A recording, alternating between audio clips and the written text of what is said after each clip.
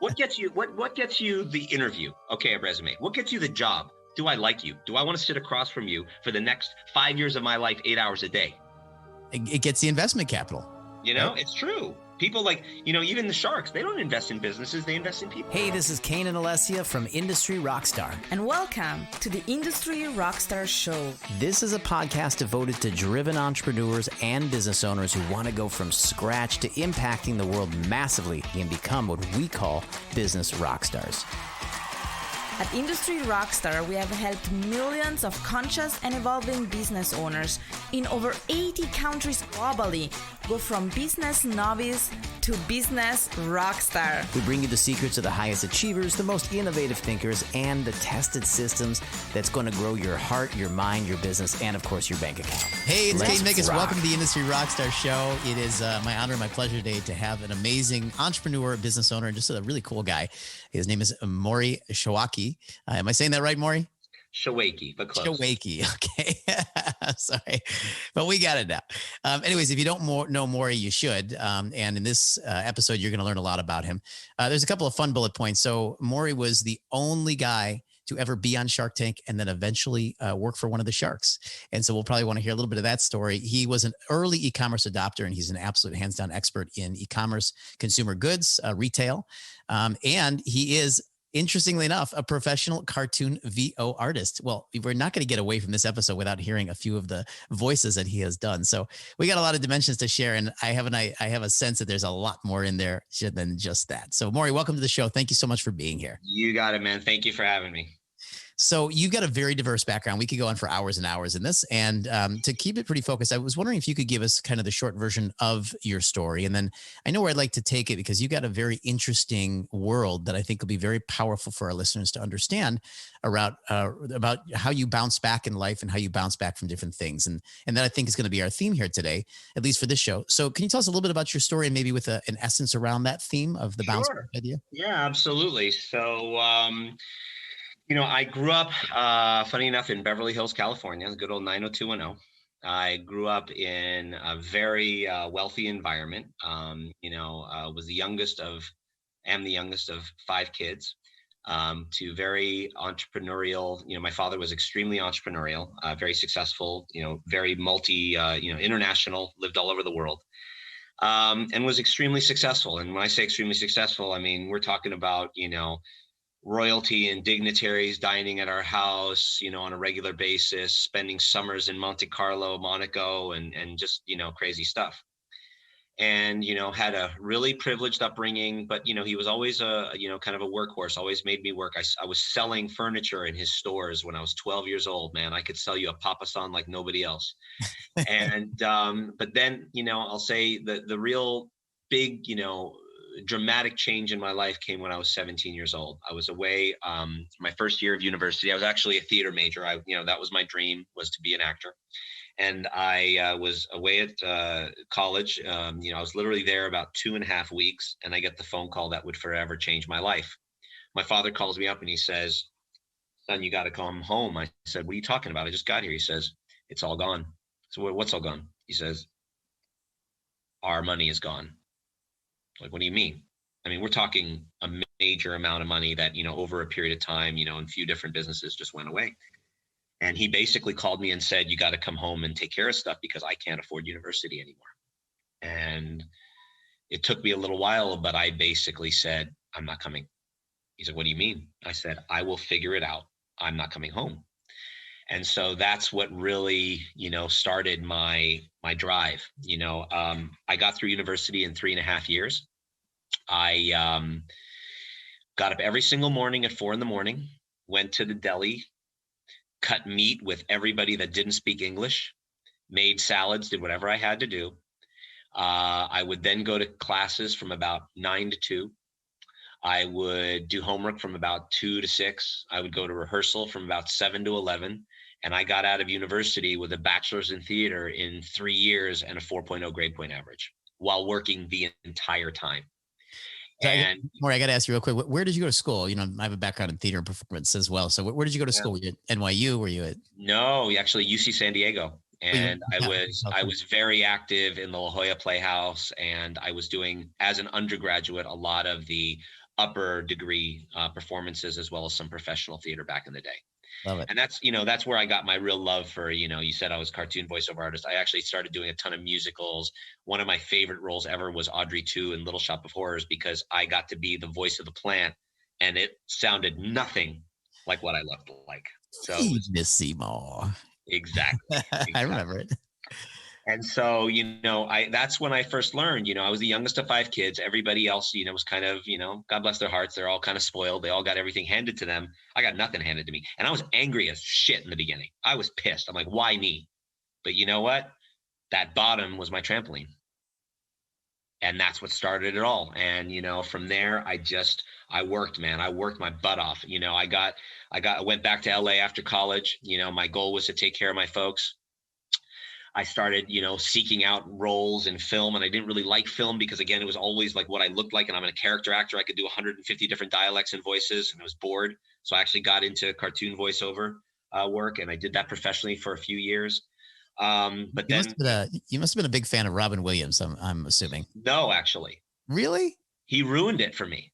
So what happened was, up until Robin Williams did Aladdin, people like me were like the stuntmen of voiceover. We got all the jobs. Because, there was straight voiceover for commercial, and then there was a small group of people that could make themselves sound like they were nuts, right? Yeah. And we were all getting these crazy roles and getting paid well. Robin Williams comes in and does Aladdin, kills it, destroys it, right? I mean, the best performance you've ever seen.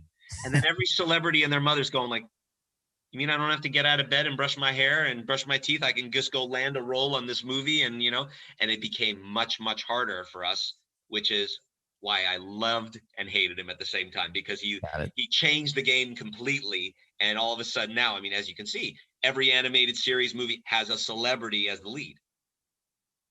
So it awoke all the celebrities and got them all into the game. Got it. Okay. Oh yeah. So continue on here. So how did this play into your entrepreneurship and then what happens is, this is kind of crazy. So what happens is, a buddy of mine calls me up and he says, hey, he's a friend of my brother's. He's like, hey, are you good with computers? I'm like, yeah. I mean, I always toyed with them. I had a Commodore VIC-20 when I was growing up, took it apart and, whatever. Learned coding in college. That was one of the classes I was really excited about. Not even coding. They just called it like basic programming back then, Right. And he said, I just started an e-commerce store. I'd like to know, I know you need some work, because you're, trying to be an actor. Maybe you can come help me like pack some boxes and stuff like that. I just, launched an e-commerce site. I'm like, what the hell's an e-commerce site? This was 1994. So you were, as we call BG, right? Before we're talking for none of your listeners, because they're probably all too young. Prodigy, CompuServe, and then America Online, which I'm sure people have heard of. So I was lucky enough to be one of the founders of the very first health store e-commerce site that ever launched. And then the next 5 years was a trip. We went from literally 2 guys in a small little room with 100 products to eventually being AOL's third store when they had 3 million members with 25,000 SKUs, doing over 1,500 orders a day and a team of 30 people. It was the ride of my life, and it was so much fun. And I've never worked harder and never had more fun. And luckily, before 99, right around 99, before the bust, we sold. Yeah. So, that's very fortunate. Yeah. Yeah. And then from there, I was just very lucky. About 3 weeks after that happened, I got a call from a company that at the time was the largest manufacturer of private label vitamins and over-the-counter drugs. So when you go to Costco and you buy that tub of Kirkland Signature, whether it's vitamin C or ibuprofen, this was the company that was making it. Well, they were doing $1.5 billion in revenue in kind of the Walmart, Sam's, Costco, Walgreens area. But they wanted to diversify. They wanted to go into alternative channels. So what they did was they started these business units for e-commerce, direct selling like Herbalife and Mary Kay, direct media like QVC and HSN, international, military. And they went and they plucked out from those industries the leaders. So I got a call out of the blue and was asked to run the e-commerce business unit of this company. I'm 25 years old. I know nothing of proper business training, right? And I walk into what was like the military of sales and marketing with suits and ties and Pfizer type of pharma. And I'm going, holy shit, I'm in the wrong place here, because I'm like a cowboy, right? I get there and they say, okay, we want you to basically go sell contract manufacturing services to all your old competitors. That's exactly what they wanted me to do. Well, in 3 months' time, I secured over $4 million in unbudgeted purchase orders, sold to everybody. Then about a year later, all those folks, because of the bust, go out of business. Now what? So they said, all right, we love you. Let's put you over here and let's put you over there.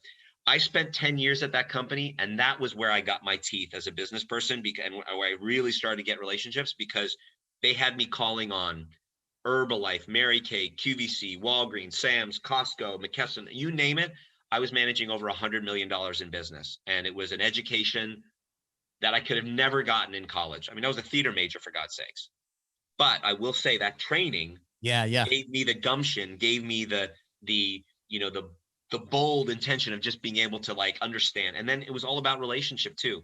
I always wanted to learn, how did you get that pill in that little bottle? And so I spent literally 2 weeks at the manufacturing plant, even though everybody thought I was crazy. Like, why are you here? Because I wanted to learn the ins and outs of that business. And I also wanted to, establish a relationship with those manufacturing people, because a year from then, when I needed a favor, that's who I called. So it was a tremendous, tremendous experience from a business standpoint. Just to speak to your background in theater and performance. So it's so important. And I just want to stress it real quickly, because a lot of parents that might be listening to this, I know you were saying that we have a young crowd. Our audience is all over, and we have quite a bit of parents, or even older generation listening to us. And a lot of parents often freak out if their kids really want to study formally theater. That was my story as well. We have a bit of a similar story. I grew up in a very wealthy family. I wanted to be a musician. My dad said, "No way. There's no money in music. You're not going to do that." I ended up pursuing that, became a record producer for Sony, went to Berklee School of Music. And now my wife and I have 3 kids, and our daughter is an absolute performer. And we're pushing that as much as we can with her, because we feel like the performance ability, if you've never studied performance, go do it. Go take a performance class, go take an improv comedy class, go take music classes, because it turns out that those skills are, I think, some of the most valuable when you're in business. Yeah, because that's the relational building, the communication, the expression, the whole dynamic, and the ability to pivot. Yeah. The ability to read a room and be likable, because guess what? People like doing business with people they like. What gets you the interview? Okay, a resume. What gets you the job? Do I like you? Do I want to sit across from you for the next 5 years of my life, 8 hours a day? It gets the investment capital. Right? It's true. People like, even the sharks, they don't invest in businesses, they invest in people. And that was, and I really think that anybody who's thinking about doing that as a major, you know what? Even if you don't do that for the rest of your life, it gives you such a learned skill that can be applied in any industry going forward. To me, it's definitely not a waste. And there's so much study, there's a lot of conversations about, is it skills or hustle? What's more important for success? And everybody I've ever talked to always errs towards hustle, right? Yeah, always hustle, right? But, if you think about it, the skills that you learn in those arts, creativity, innovation, thinking quick on your feet, like you said, reading a room, being able to adjust quickly, pivoting so that, you're in a performance, something's not working, you're not feeling good, you have to shift that mindset immediately. Such powerful tools that we end up basically training. We train 60,000 entrepreneurs a year, and that's kind of what we're training them in when it comes to mindset. Yeah. So I just want to make sure everybody caught that, because I think, it is a foundation for such a powerful success. Yeah. So, okay. So we're at now in your story where you were working for this group, and then, and we've covered one bounce back, right? Which is the bounce back of your family, and going through that. And I agree. It's funny. I did that at about 19 years old. I ended up sleeping on a couch, totally broke. You were at 17. I think that's such a defining moment when you learn what it's like to have nothing and have to dig your way out, no matter what you came from. Right. Yeah, but Damon wrote a great book called The Power of Broke. It's amazing what you accomplish, because you have to be creative when you don't have a choice. Absolutely. Scrape, you claw. Another story that kind of goes to that theme, because it's just been a funny, sort of theme in my life, is so basically, just really quickly, after that business, I went into selling software for a big company for a while. And that's when I came up with my invention that I ended up going on Shark Tank with, which is a product called the Hanukkah tree topper. It was really the first time that I didn't do a business for the money. And I'll tell you a story. So, I was wealthy growing up. We lost everything. I had a few jobs, I worked restaurants. I did everything, after that, but I always did it because I was afraid of being poor again. I didn't hate the jobs, but I wasn't overly enamored with them either. I only had a job that I hated for, once, and it lasted a week. And then for the first time, while I'm selling, software for a major company, I come up with an idea basically due to a need in my own home. And I said, you know what, I'm going to do this. And it's not about the money. I just want to do it. I just want to have fun. It seems like there's a lot of people like me. It ended up being that there was over 1.5 million households that were interfaith like mine. And I come up with this product. And I sold the living hell out of it. I mean, I ended up selling over 250,000 units out of my garage while I'm working a full-time job. And that's even before Shark Tank. And then what happened since has just been incredible. And it really taught me something. When you chase the money runs. When you do it for the love, it comes. And, and now I really try not to do business for money. I do it because I love it. And then, great things come. So I'll give you a quick, story on how a negative turned into a positive. So anyway, I go on Shark Tank, make a deal with Damon, right? I remember, so backing up a little bit, when I first put it online was like 2009, 2010. So more out of curiosity, how much had you sold when you got, I think also would be very interesting is for people that are thinking about maybe going for funding, because I mean, Shark Tank's kind of a sensationalized TV version of it, but it's entertainment, but it's got that essence of you're pitching to people that are going to fund the business, right? When you went on Shark Tank, what were some of the accomplishments of the company already? So I actually tried out for season 4, which was 2012, I believe. And at that point in time, I had only sold online, but I had done probably over $100,000 online of a $20 product. I had started hitting on some retail doors, but didn't get anything secured yet. I auditioned. I got through to the second round, which is the video round. They loved it, but then I got the call saying, sorry, not going to happen. Why don't you come back next year? And I was devastated because it was, I got close. The next year rolls around and they said, come back next year, maybe, when you've had a little bit more activity. The next year rolls around and I heard that they were going to actually be in LA doing a live casting call at 10 a.m. Come early. And I remember telling, friends and family, I was thinking about doing it. They're like, oh, you're crazy. You were so heartbroken last time. I'm like, if I don't do it, I'll never live it down. Right. And I got there at 5 a.m.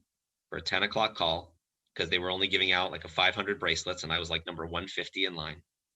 I remember I had my 1 minute to pitch. And I went in with the craziest Jewish character you've ever seen in your life. But by that point, I had gotten it in on my own to Bed Bath, Home Depot, Toys R Us, Sky Mall catalog, and a few others. And so while I'm in this crazy character, I mean, think of me like Borat, like wild and crazy, right?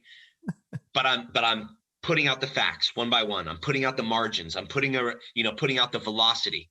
And then as soon as my 60 seconds was over, I stopped, came right back into character and said, thank you very much, and walked away. And they're like, get back over here.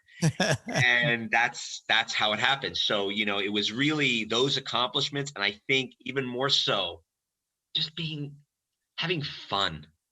They saw somebody they wanted on television. Even though I had business sense and I knew what I was talking about and I had accomplishments, they saw somebody who had energy that was good for wherever it was, whether it be TV and info, whatever it was, they saw something that they liked. And that was, so a few months later I was filming. I've never seen the spot. I've got to see the spot. Did you do the character on the show as well? Did you do it the same way? No, actually, this is a funny story. So I did the character in that first audition. Uh-huh. And then the next step is they have you do a video where it's like a 5-minute video that you're supposed to answer all these questions. And it's like a bigger pitch. Uh-huh. And they said, oh, and we love that character. We do the video in character. Okay, fine. So I hire a videographer, have him come to the house. I have a whole script, do the whole thing in character, have the best time, right? They call me a week later. They said, oh my God, we loved your video. But we're not sure we want the character on the air. So can you do the exact same video, but just in your own voice? I'm like, call the videographer again, get the same goddamn shirt out of the dry cleaners, did the whole thing all over again, identically, but in normal voice. Well, I would assume that they would be a little bit concerned about the response. But you'll hear my pitch. I mean, it was very stereotypical, but a lot of fun. Do you have the video of the Jewish character? Oh yeah. Oh, I got to see that. Yeah. Will you release that? Perhaps I will. Okay. But yeah, I mean, it was a lot of fun. So, it was a trip. So my first year of production, this is another story about kind of how, the adversity helped. I didn't know what the hell I was doing. I had been selling health products, e-commerce. I didn't know how to go manufacture an injection molded piece of plastic with a coil, So I, called some friends that knew places overseas, got it manufactured. Man, the first samples looked phenomenal. Nice two-sided star with the coil going in, all good. Nice packaging, So I put it online in October of my first year. I promised everybody that they would get it by the first night of Hanukkah. I charged them $20 for the unit. I charged them $5 for shipping. Over 15,000 pre-orders came in. I'm freaking out, right? Now I got to go make this shit. So good problems to have. But it is a good problem to have. But, while you're working a full-time job and not sleeping for 3 months, it's difficult. And I never got on a plane, which now in retrospect I should have done, and get my butt over to the factory. Anyway. Where did you have the factory? Overseas in Asia. Okay. So, and I tried to do in the US, but it was literally over 200% more. So it was just not possible. So anyway, I remember that, everything looked good and the inventory was arriving, sometime end of November. And I had to ship by, I think it was December 5th, ground shipping to get it there by the first night of Hanukkah. And because of my e-commerce experience, I had everything set up. I had my whole garage, FedEx boxes, floor to ceiling, everything ready, all the paperwork done. All I had to do was stick in the box and out, right? First of all, the container hits end of November, gets frigging stuck in customs for like 10 days. Why? I have no idea. Finally arrives on my doorstep on December 8th. I'm like, oh shit. Again, I promised everybody would get there by the 11th. So the first thing I did was I'm like, I can't go back on my word. I upgraded everybody to 2-day air shipping and basically broke even on every single order, right? Wow. Wait, then the units arrive. I'm so excited. I got a whole team of people ready to go, including my children. And I'll never forget. I start opening up, I start putting them in boxes one by one, and I start to hear rattling. I'm like, what the hell's going on? I look at the inventory. I had over 50% manufacturing failure. The stars were coming apart. The coils were coming out. It was a nightmare. Dude, I probably spent 15 hours, 7 people with glue guns, putting these all back together as best we could. But it was still crap, total crap. Got them all out the door, upgraded everybody. And here's the key. Went upstairs and wrote an email to every single person that ordered it saying, thank you so much for being the first customer. Dream come true. This has been amazing. Number one, we promised you that we would get it to you by the first night of Hanukkah, but there was a delay in customs. So we've actually on our own dime upgraded your shipping and it will get there. Now, unfortunately, there was defects in manufacturing and some of the units are breaking apart. If you want to fix it, this is how you do it. But if you want a refund, no questions asked, just let us know. You don't need to ship anything back. Let us know, and please, we'll take care of it. Full refund, including shipping. Let me ask you a question. Out of 15,000 orders, how many return requests do you think I got? 100? 10. 10. But you know what I did get? Over 3,000 photos of customers' Christmas trees with my topper on it. And that's what began my social media following. And that's one of the main reasons I got on Shark Tank, was because I had that proof of concept. People who loved it, who all said, put me on the list for next year's product. Wow. So it just goes to show you, when the going gets tough, you got to respond.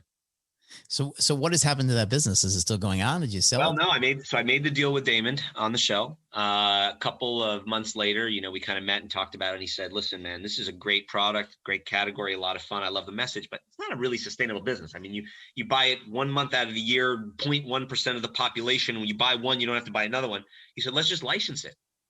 I was like, "Absolutely," because I never went on Shark Tank to get funding for a tree topper. I went on Shark Tank because I wanted to work with a shark. That was my goal from day one. And a lot of people say you're full of it. Okay. That was my intention. That was my target. And so I would have given up 100% of my business for nothing just to stay relevant in that world.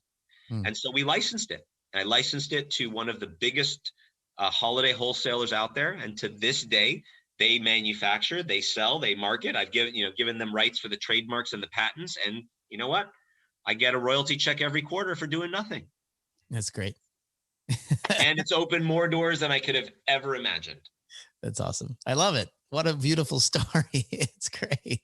And the best part is now, I'm Damon's head of sales and retail, and I do a lot of biz dev. So I bring in a lot of business opportunities for him, like as a spokesperson. So a lot of things you see him doing with great customers like Lowe's and T-Mobile and all these cool, I'm bringing those deals in. And then I also manage his retail portfolio. So I get to do what, people did for me. When all these new Shark Tank products come out and they're these great innovative products, I'm the one that has the honor of, placing them and, giving back by helping others, realize their dreams. Awesome. All right. Well, just out of respect for your time, I'm going to ask you one last question here. And I think this has been an amazing stories for our audience to just glean a lot of fun and good ideas. If you had to say so this has been 2020 has been a complex year for a lot of businesses, right? And many have used it to their advantage. They've emerged in a really great situation because there were a tremendous amount of opportunities that came out. And it was chaotic. I think everybody went through some sort of timeline of trying to figure it out. Where was going to be their next step, right? Yeah. And not everybody has. So some people are still going through it. And in fact, the newest reports are basically saying that 2021 is really the complexity is settling in. That a lot of people went through shock. They were constantly waiting for that yo-yo. Okay, it's going to be over in August. Okay, it'll be over in okay, we're seeing better signs. So we'll probably be open soon. So, and now they just said, I get it. Like, this is what it is. And although the vaccines will probably clear us out over the next 12 months or so, there's been a paradigm shift, right? Where things have really just changed at this point. People have invested in new areas, new directions. We're never going back. Yep.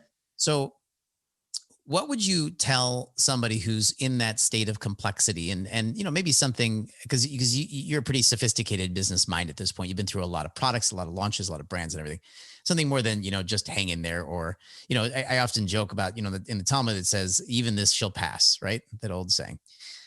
But what would you say? What is the best thing they can do? Is it using their communities? Is it looking for new opportunities? Is it, is it just taking time off and letting them, kind of recuperate? What would you say is the best thing somebody who's going through a challenging time right now, as you have gone through many times? What do you think is the best thing they can do right now to be prepared for their next steps? I'm going to say three things. Number one, I'm going to say, be patient. You may not know, but as I mentioned before, adversity, they say there's no such thing as failure. There's learning and success, right? So I truly think that times that are down can be the best building block for success. So just, first and foremost, and probably harder for others, is patience and just realizing that it's going to be better. Number one. Number two, I would say that you've got to spend this time, if it's quiet, to educate yourself, to learn new things, learn coding, take a coding class, learn a digital marketing class. If you're going to sit there and just, binge on social media and look at everybody else's life, which is, they're all thinner and more wealthy and going, staying in Tahiti, people are posting what they want you to see. It's not what their life looks like, really, so spend this time educating yourself, learning new skills, absorbing, because when's the next time you're going to have this much downtime? And then lastly, a lot of people don't know this, but quilting is something that originated in the times of slavery. The slave families would get together and they would all have their, a little bit would have a little burlap. This one would have a little bit of wool. This one would have some scraps. And they would get together and they would sew all these little pieces together and come away with blankets. And in addition, another unknown fact is that when they hung the quilts up, there would be messages for people escaping, using the Underground Railroad. So my point in saying that is I think that people need to think of business and entrepreneurship as quilting right now. Everybody's on the same playing field, or they were when this first started.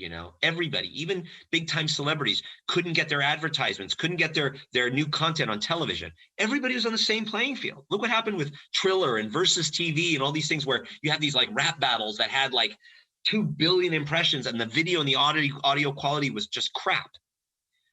So I think that we all have to think of what piece of fabric do I have and how do I communicate with my peers to collectively develop a blanket? Because you know what?